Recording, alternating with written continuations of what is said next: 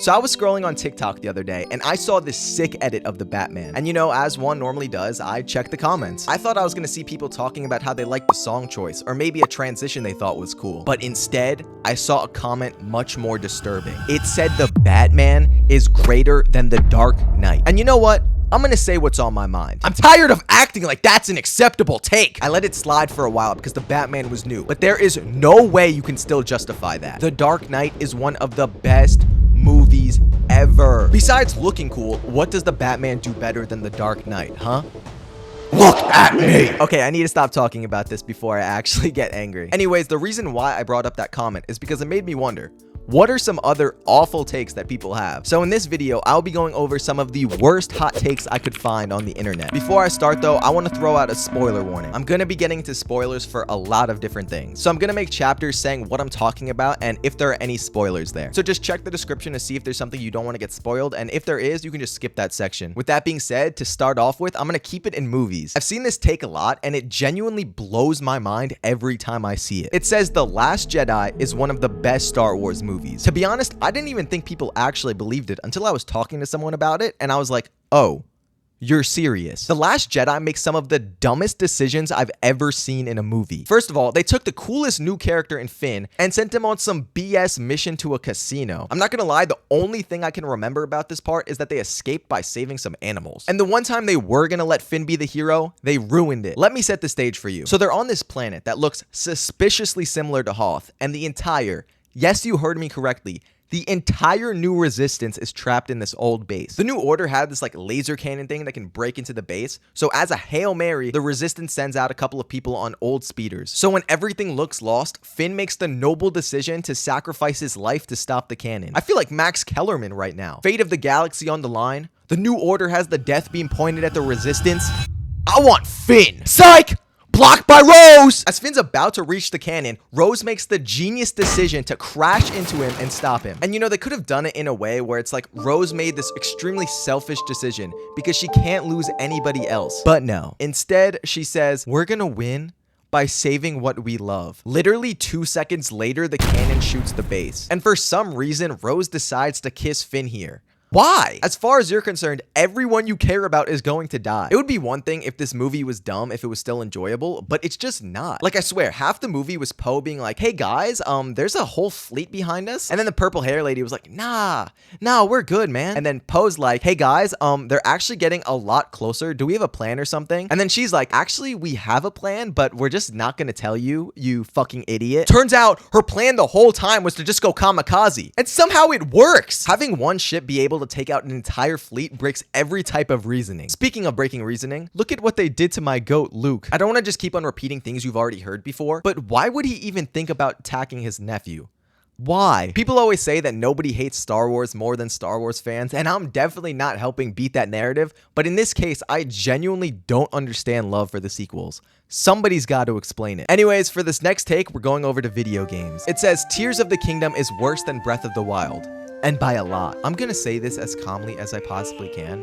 If you believe this, get the fuck away from me! Let me be clear. Both of these games are peak. But Breath of the Wild is not way better than Tears of the Kingdom. And this is coming from someone who loves Breath of the Wild. I remember when Breath of the Wild came out and I was seeing review after review talking about how revolutionary it is and how it's the best game ever. And I'm gonna be honest, I was a hater. I thought people were just hyping it up like they do with everything else that's new. And then I played it for myself and was like, yo, this might be the best game I've ever played. And it's not like I was a Zelda fanboy. That was the first Zelda game I ever played. I loved that game so much and was so excited when Tears of the Kingdom came out that I went to the midnight release at the Nintendo store. So as someone who has such high regards for Breath of the Wild, I'm confused by this take. Because literally my first thought after playing Tears of the Kingdom was, this is everything I love about Breath of the Wild, but more. There's new enemies, there's new places to explore, there's new abilities, there's new ways to get around, there's new ways to fight. Literally the only limitation is your imagination. Nintendo took everything that people liked about Breath of the Wild and just doubled down on it. That's why there's two ways I look at it. If you didn't like Breath of the Wild, I can understand why you wouldn't enjoy Tears of the Kingdom. But if you did, I don't get why you'd think Breath of the Wild is superior. Both games follow the same format. You go to the different divine beast/temples to get new abilities, and you go to different parts on the map to unlock the story.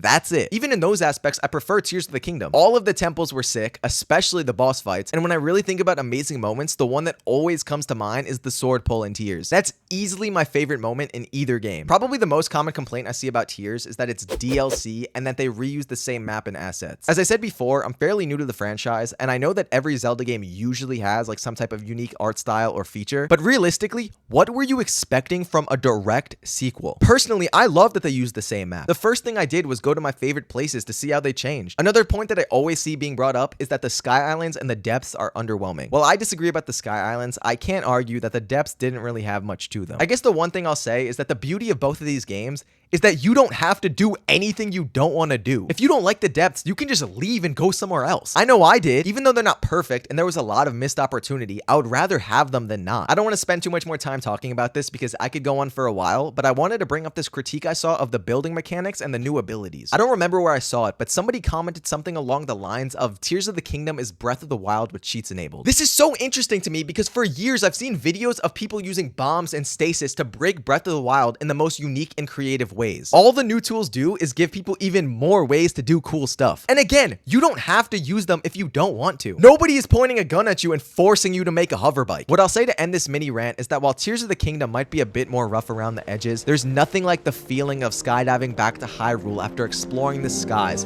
with a nice sunset in the background. God damn, I wish I could experience that for the first time. And I know a lot of people prefer Breath of the Wild for that same feeling. For them, nothing will top exploring Hyrule for the first time. But I think if you just look at what both games have to offer, Tears of the Kingdom is better. Now, this next take is probably going to be the most divisive. It says Joel was right to save Ellie instead of humanity. No, the fuck he was not. It's pretty similar to the trolley problem, but instead of killing one person to save 5, you're killing one person to save everyone. Also, let me be very clear. I'm talking about this assuming that the vaccine would work and that civilization would be restored. I talked about it for a bit at the end of my playthrough of The Last of Us Part 1, but nothing pisses me off more than when you say that and someone goes, actually, cordyceps is a type of fungus, so a vaccine wouldn't work. Or when they're like, the Fireflies were so incompetent and they would never be able to spread the vaccine. Like, shut up. Okay, fine. The people at Naughty Dog don't know the difference between a virus and a fungus. And maybe they should have reworked the Fireflies, but I feel like it's pretty clear when you play the game that the intention was that the vaccine would have worked. Why would you even want it any other way? The ending would be so much less interesting if it was just, yay, Joel killed all the mean bad guys and now him and Ellie get to live happily ever after. But even if you still disagree with me, let me just ask you one question. Hypothetically, if Joel knew for 100% that the vaccine would have worked, would his reaction have been any different? My answer to that is no. He literally says if he was put in that situation again, he would still do it. That's because fundamentally, it was a selfish decision. He wasn't thinking about the rest of the world. He just didn't want to lose another daughter. He wasn't even thinking about what Ellie wanted. I obviously can't say definitively, but in my opinion, if she was given the choice, she would have sacrificed herself. I've seen people online say the reason why is because she suffers from survivor's guilt. I don't know enough about that to comment on it, but all I'll say is then why did Joel lie to her at the end of the first game? If he did nothing wrong, then why didn't he just tell her that the Fireflies would have killed her? The reason is because he knew that she wouldn't have liked his decision and he didn't want to ruin their relationship. We all like Joel. I know it doesn't seem like I do, but you gotta trust me. I do. But that doesn't mean that he has to be perfect. I saw someone say something like, Joel was right because he should get to have a second chance with Ellie. But like, why? Why does Joel deserve that? For the past 20 years, he's been doing bad things. And even in the hospital, I know that to us, they're just NPCs, but he straight up just murdered a bunch of people and ruined lives because he was selfish. Logistically, there are a lot of weird things with the ending. Like, it's always gonna bother me and never makes sense why Ellie had to go straight into surgery. But either way, with everything being represented how it is, Joel was still not right. Okay, this next take, I'm not sure if they're being serious or not, but it says, we need to legalize a mutually agreed form of combat as reconciliation. With proper supervision, of course. Some people just can't get over something without the need to duke it out. Would rather not happen in a store or in front of my house. I'm not gonna lie, I don't fully hate this idea, but you gotta explain some things. Like, what the fuck do you mean by forms of combat? I thought people just fought. Are you trying to tell me that you could challenge someone else to a duel like we're in medieval times? Grab your sword, sir. I challenge you for the maiden's hand. You know what? You got me, because if that's the case, we should allow it. The only thing we gotta make sure of, though, is that we can watch it. Could you imagine, instead of watching UFC and the best fighters in the world, we're just watching two middle-aged men duke it out because one of them skipped a line at Arby's? Okay, now that I'm thinking about it, could you imagine how many fights would start over the stupidest things? I'm kind of talking myself out of this now because I can't even begin to think about how many of these fights would be because of 2K. I feel like I'm a pretty passive person, but if one of my friends got in my face after curry sliding and greening a heavy contest, chest, yeah, that might be a problem. I don't know where I stand on this right now. I gotta think about it some more. This take might be rage bait, but I honestly don't think it is considering how much people love Zack Snyder. It says the Justice League movie was better than Avengers Endgame. My response to this is, really? Really? Like, I don't hate Zack Snyder. I actually like Batman vs Superman more than a lot of other people do, but no. Just no. To be completely fair, I've only seen Justice League once, so maybe if I sat down and watched it, I would agree with you, but I don't know. Apparently, the Snyder Cut is a lot better than the version that was released in theaters, but even then, you're fighting an uphill battle. You're comparing a team-up movie that didn't have a good setup and the universe it's in is now over to the culmination of over 10 years of banger movies. I know hype's not how you should determine what's good or not, but Endgame's the only movie I've ever been worried about if I could even see it or not because the theaters were all full. It's literally 3 hours of pure fan service, but I do not care. I am Iron Man, motherfucker! I'm probably not the best person to be talking about this because, as I said, I don't really remember Justice League that much, but who the hell is Steppenwolf? Give me Thanos. You cannot live with your own failure. Where did that bring you? Back to me. Like, damn, everything he said was a crazy quote. The only other villain up there is Bane. Oh, you think darkness is your ally? You merely adopted the dark. I was born in it, molded by it. Yeah, I didn't see the light until I was already a man. By then, it was nothing to me but blinding. Damn! Oh my god! Anyways, I'm not gonna do a breakdown of each movie, but if any of you Justice League fans want to explain why it's better, I'll listen. But for now, it's Endgame on top. I don't think I've ever seen this next take before. It says, these people living in undisturbed tribes are really the ones living the dream. I know what this person was going for. Like, they probably think that they have such strong family values, and their minds are free of the distractions that we have. But they are not living the dream, okay? Like, I'm recording this video in a room with AC. If I'm hungry, I can just go to my fridge and get something to eat. And when I go to sleep tonight, it's gonna be on a comfy bed. Meanwhile, these guys will be talking to their boy like, hey man, how's your brother? Yeah, not so good. He got taken by a fucking Jaguar. Like, I am good off that. Give me all the gas stations. Give me all the Walmarts. Give me all the Red 40. Just keep me away from there. The closest I'm gonna get to going into the jungle is watching AI Bigfoot. Okay? Out of all of the takes in this video, I wish this one was true the most, but it just isn't. It says Game of Thrones is great from start to finish. Let me break down Game of Thrones for you. Seasons 1 through 4, specifically 3 and 4, is some of the best TV ever made. Season 5 is great, but it's where you start to see the quality dip a bit. Season 6 is good. Season 7 is fine. And Season 8 is one of the worst and most disappointing things ever. I usually don't say things like this, but you just had to be there to understand how much hype there was for Season 8. Like, the only thing I can compare it to in my lifetime is Endgame. That's why it was so crazy to see how bad it was. Literally every week, me and my family would sit together and watch it, and at the end of the episode, we would be like, nah, it'll get good next week. It has to. It never got good. Literally all the buildup that they made for 7 seasons was just wasted. Like, whose decision was it to make the final season of the biggest show ever 6 episodes? Why did they make the final battle with the White Walkers, who have been the main threat of the entire series, only last 1 episode? On that note, why didn't Jon Snow kill the Night King? Arya is my favorite character, but look at me. I don't care if it was predictable. Jon Snow should have been the one to kill the Night King. They didn't even let them fight.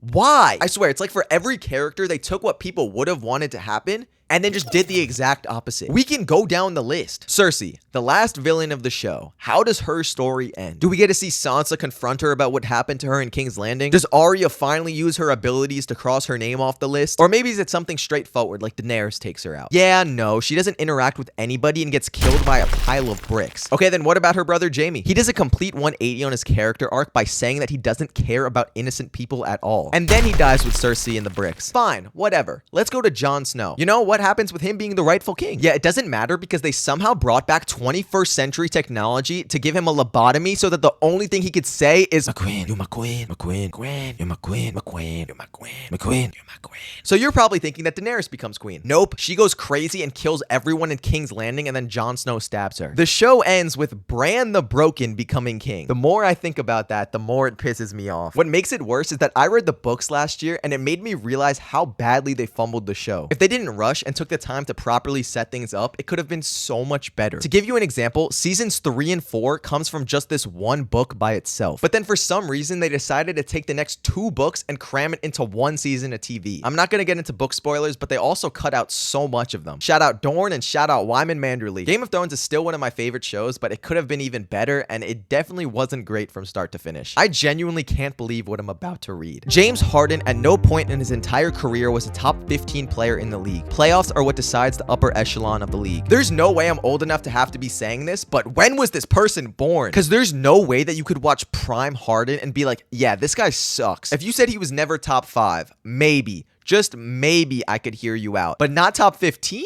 Are you drunk? I feel like I have to be like Stephen A. He's averaging 40. Like, listen to this game log. 42, 43, 38, 57, 58, 48, 37, 61. And it's not like he was a system player. Bro, the Rockets' entire game plan was give Harden the ball and everyone else clear out. It was straight ISO. It was just jab, jab, jab, 4 steps back, green in your mouth. It was either that or he was getting to the line. There was nothing you could do to stop him. Defenses were so desperate that they would try anything. To this day, I don't know why Ricky Rubio thought this was a good idea. Now, let me get to the second part of the statement about how playoffs are all that matters. First of all, no. But second of all, why are you acting like Harden was a bum in the playoffs? He took the best team of all time to 7. Yeah, he hasn't won a chip yet, but he was playing against the NBA equivalent of the fucking Akatsuki. Like, what do you want him to do? You don't have to love Harden, but this take was blasphemous. He is one of, if not the best ISO scorer of all time, and his step back changed how the game is played. The disrespect has got to stop. The next take says, streamers, unless they are providing an educational service, should not be able to profit from donations or subscriptions. All the money should go to charity. I'm not gonna lie, even as someone who is actively trying to do content creation, I still don't understand why people donate their hard-earned money to streamers. Like, most likely you're just gonna get this.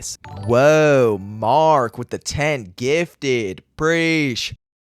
But at the end of the day, it's still their choice to donate. Why should it just get taken away? Streaming is just another form of entertainment. We pay for movies, we pay for Netflix, we pay for live concerts and sports, so who cares if someone wants to throw a buck towards their favorite streamer? I know a lot of people look at streamers and think to themselves, like, what do they even do to deserve all that money? I don't really stream, but I feel like I have to defend it a bit. You can look at the top streamers and think that it's just fun and easy all the time, but I promise you that every single one of them is there for a reason, and it probably included a lot of hard work and dedication even when nobody was around. This last take is one that I think everybody has heard before. One Piece is too long. Let me be very clear. If you don't want to start One Piece because it's too long, that is a valid reason. Nobody wants to hear, well, if you watch 4 hours a day, every single day, you'll be caught up in only 3 months. Like, I don't even blame you. That makes it sound like a chore. But if you have started One Piece and you like it, I don't want to hear you say that it's too long. That's what makes it so good. You're literally going on an adventure with the Straw Hats as they sail the world and trying to make their dreams come true. I'm not going to spoil anything, but early on in the show, there's a scene where everyone in the crew says what their dreams are, and now they're all so close to achieving them. So now when I think about that scene, I'm just proud. I'm just like, damn.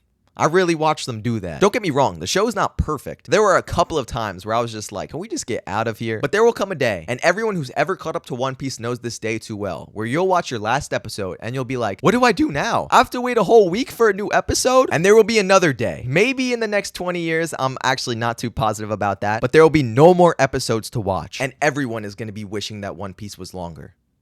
Maybe.